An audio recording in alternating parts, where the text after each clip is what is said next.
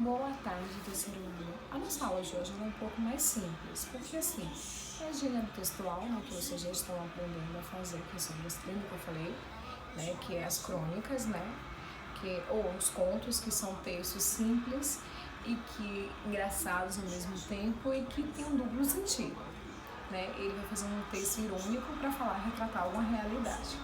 Então esse foi o texto que a gente viu já na segunda-feira, por isso que eu preferi não trazer ele novamente, a gente vai estudar ele na aula do Zoom. Além disso, a gente vai falar um pouquinho ainda sobre sílabas tônicas, né, que é a tonicidade, a sílaba mais forte da palavra, que aí a gente tem oxítona, paroxítona e proparoxítona, né. Lembrando que a oxítona de trás para frente, a oxítona de trás para frente é a última, paroxítona, antepenúltima, e proparoxítona, a antepenúltima, ou seja, última, penúltima, antepenúltima. Então são as 3 sílabas que a gente vai observar. E para a gente achar a sílaba tônica, a gente precisa separar a sílaba, depois ver qual é a sílaba mais forte, ok? Então essa é a dica. E quando você for classificar ela, lembre-se que é de trás para frente. Agora a gente tem um outro assunto para a gente trabalhar, que é o assunto de ciências. Aí, quando a gente fala de ciências, eu gosto muito que a gente fala sobre os animais. E é um assunto bom, né, gostoso de se trabalhar. E aí eu vou trazer para vocês hoje, as organizações dos animais. A gente vai ter grupos para trabalhar sobre eles. A gente tem os peixes, que a gente já falou dessas locomoções, né, que são os animais ovíparos, porque eles põem ovos, né, e que também eles nadam como forma de locomoção, e que eles têm reproduções assexuadas. Lembra que a gente falou sobre isso? Então, peixes, todo mundo já tá craque. Mas aí a gente tem, percebeu o seguinte: os peixes, eles têm nadadeiras e, além disso, ele tem uma informação importantíssima. Eles respiram, pelas brônquias, tá vendo? Essa partezinha daqui, que fica parecendo uma janelinha que abre e fecha, abre e fecha. Essas brônquias, brônquias dos peixes, quando eles estão na água, ela fica em movimento, então ele respira muito bem. Quando ele sai da água, essa janelinha chamada de fecha. E quando fecha, os bichinhos não conseguem respirar. Então, por isso que quando eles saem da água, eles não conseguem sobreviver. Porque essas janelinhas, elas se fecham.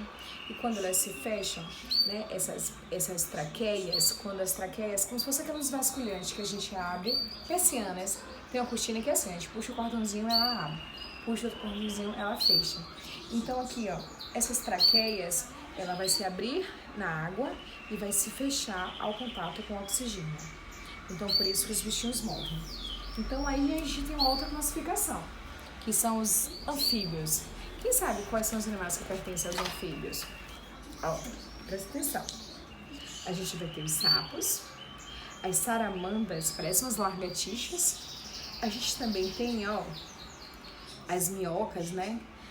Os caramujos. Esses caramujos são aqueles que parecem umas cobrinhas, quando a gente toca, ele se enrola todo. Então, eles fazem parte justamente dos anfíbios, certo? E aí tem uma outra classificação, que são répteis. Quais são os répteis? Os répteis, eles têm os cascos mais duros. Tem quase as mesmas características dos anfíbios, mas os seus cascos, eles são mais duros. Por isso que há uma diferença entre répteis e entre os anfíbios. Além disso, a sua forma de colocar os seus filhotes são quase os mesmos, porque eles colocam através de ovos. Lembra? A diferença agora entre esses animais, a gente traz as aves. As aves têm uma coisa legal sobre elas que eu preciso que vocês entendam. Porque quando as aves estão voando, elas não caem quando chove. Elas têm um corpo permeável. O que seria um corpo permeável? O corpo permeável é porque as penas dela não deixam a água entranhar. Ele bate e cai. Bate e cai, não molha os animais. Então, com isso, elas não ficam pesadas. É como se fosse um óleo que ela tem na própria proteção das asas, né, das penas, que mantém ela sempre voando, mesmo que esteja debaixo de chuva. E as aves têm uma outra coisa interessante nelas. Tem aves que voam e tem aves que não voam. Galinha voa? Não, mas galinha também é uma ave, porque seu corpo é coberto de pena. né? Galinha põe ovos, mas não voa. Então essas são as diferenças que a gente precisa entender. Pinguim é um mamífero ou uma ave? O pinguim também é uma ave, mas com um corpo diferente. E observe que como ele tem um corpo, né, como eu falei, você é impermeável, ele consegue ficar, e se tem muita gordura, ele consegue ficar em lugares ambientes. Quanto mais frio para ele, seria melhor, ok? Então esse é o nosso assunto de hoje de quarta-feira. Um beijo e até amanhã.